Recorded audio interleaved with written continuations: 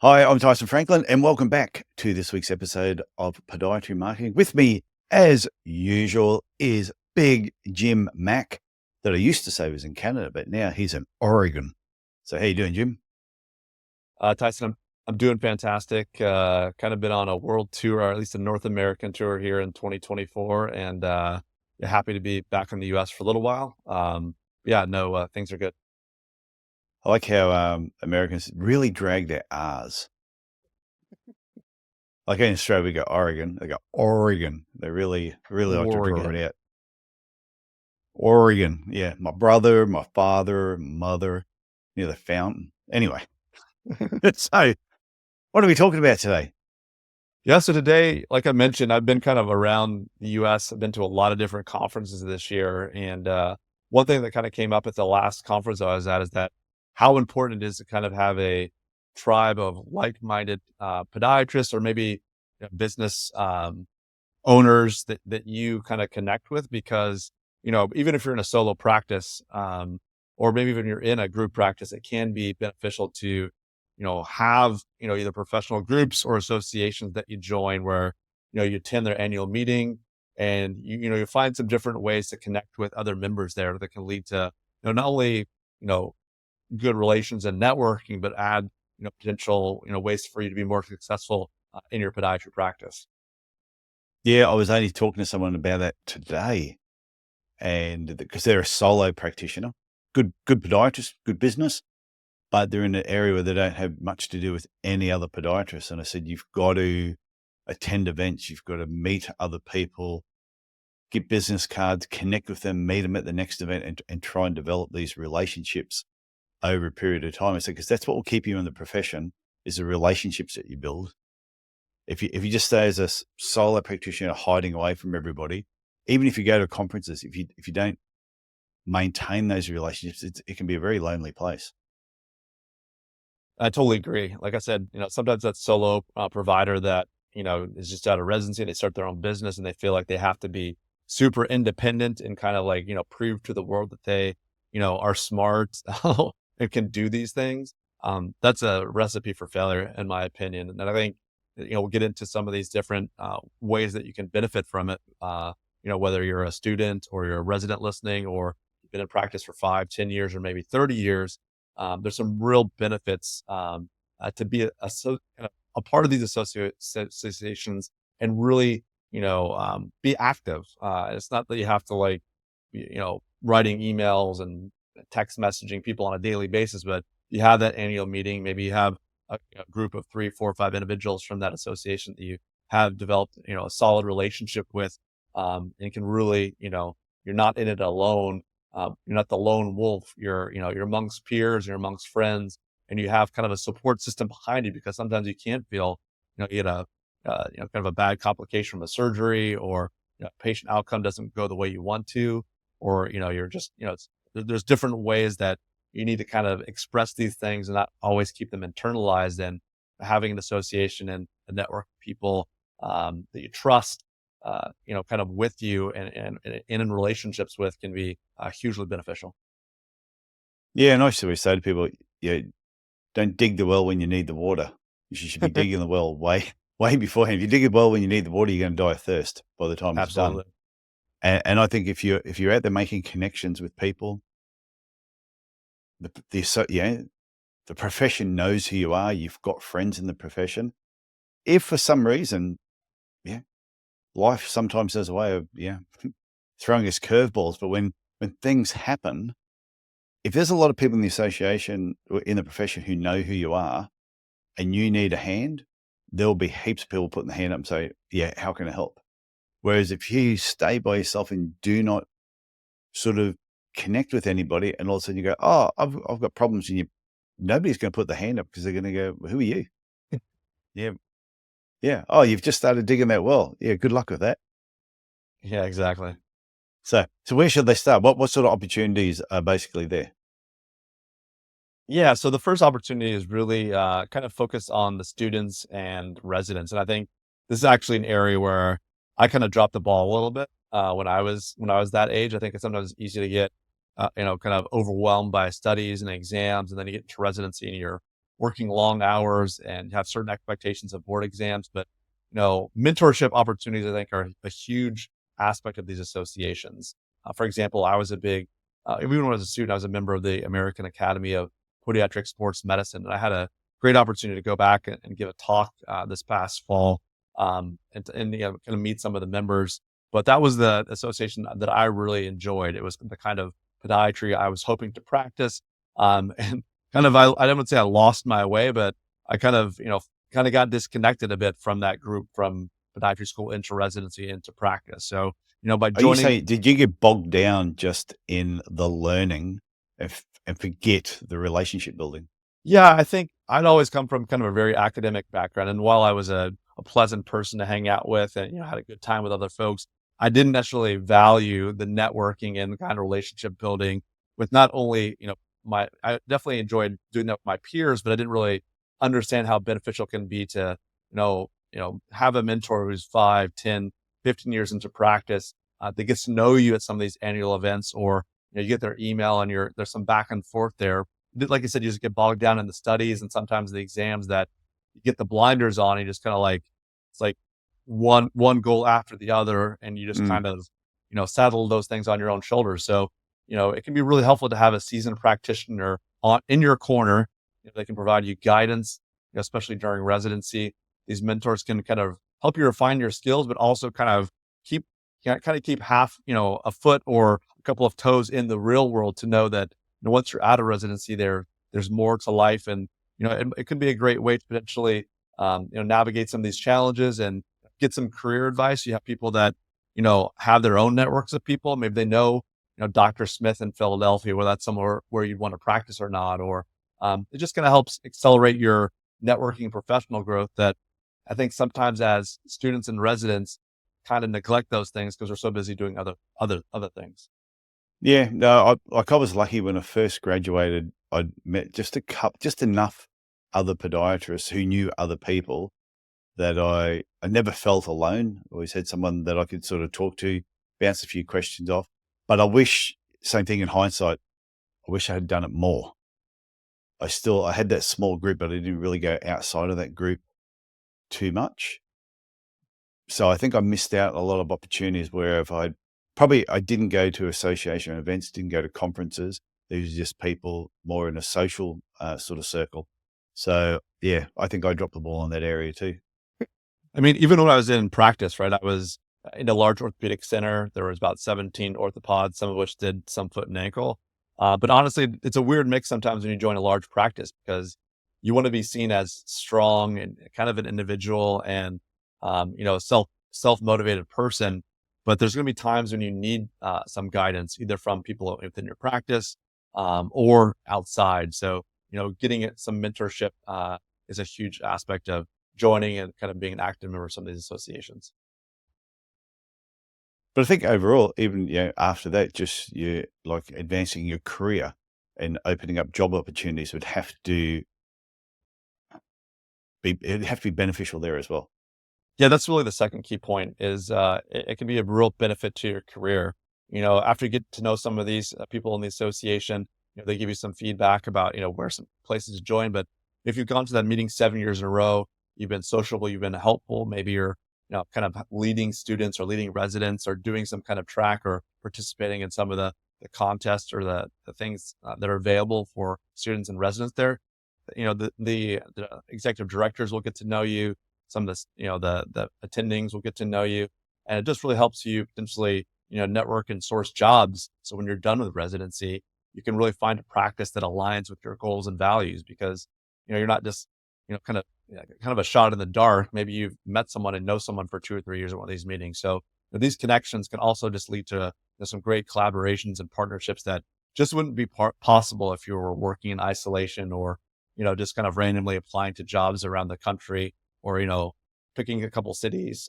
It can be really a benefit to, maybe it's not your first job, maybe it's a second job, maybe you've gone somewhere you're not necessarily happy in your practice, but you find that, Dr. Smith in Philadelphia is looking for an associate, and you've had a good relationship with him, and they reach out to you, reach out to them. So, career advancement and job opportunities is another huge component of, why you don't need to go it alone, and why being active in these associations is really, really helpful.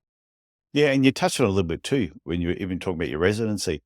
If you're in one part of, say, the country and you want to move to another part, if you've made enough connections, those connections will probably know somebody. And what they say is that 6 degrees of separation from pretty much everybody in the world. Well, it used to be, but now it's It, probably it only about feels like 3. it feels like 2 or 3 in podiatry.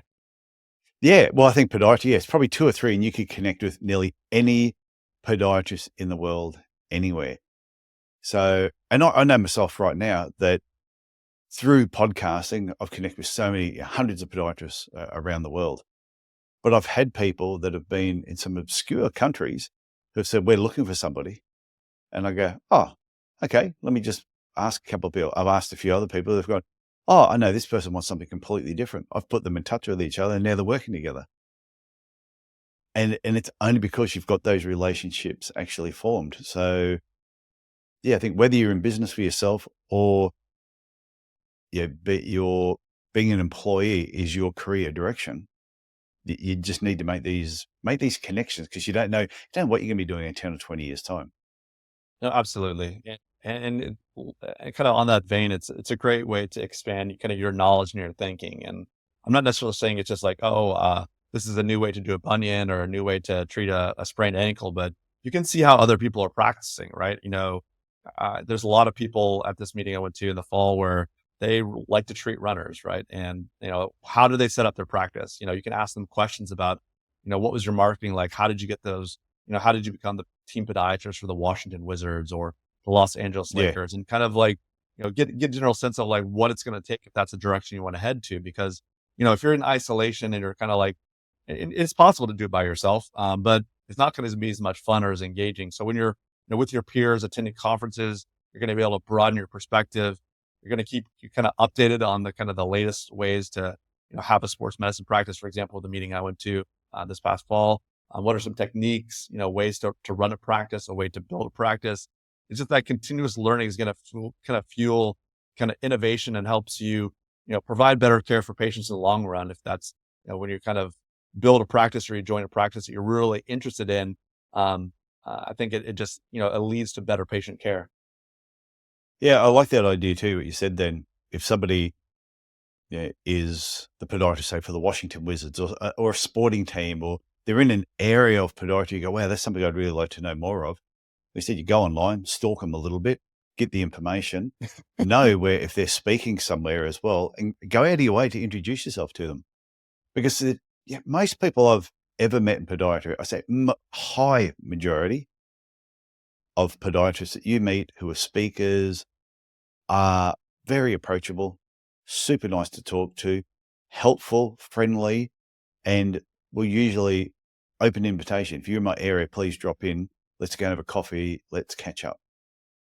There's Absolutely. very few tossers in like, even though some people might go, oh, they're a bit of a tosser. I think there's very few tossers in the profession. The ones that get up there, get on stage and think they're God and you want everyone to bow down to them. I think they're few and far between.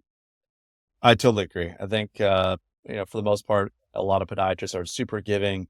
They give up their time to come to some of these conferences and speak. They're not necessarily getting paid very much. It's a weekend. They're probably away from their family and friends. So there's a lot of kind of giving and very supportive people in the profession. And that kind of Mm. dovetails into the next topic. And that's, Well, before you get onto that, I yeah, just want to let people know too, if you do have a bad experience, if you do approach one person and all of a sudden they're not as friendly as what you thought they're going to be, don't take that as the norm. That is an exception to the norm. That is not what normally happens. Like you said, most of them are very giving because the podiatry profession, most podiatrists are caring people.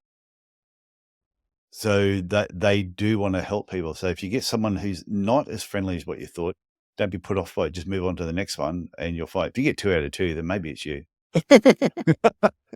I mean, everybody's gonna have a bad day here and there, right? It's like no one has 100%, 1,000% batting average. But at the same time, like you said, like most likely just you know, don't blame yourself and just move along. So Yeah. Okay. On to your last point.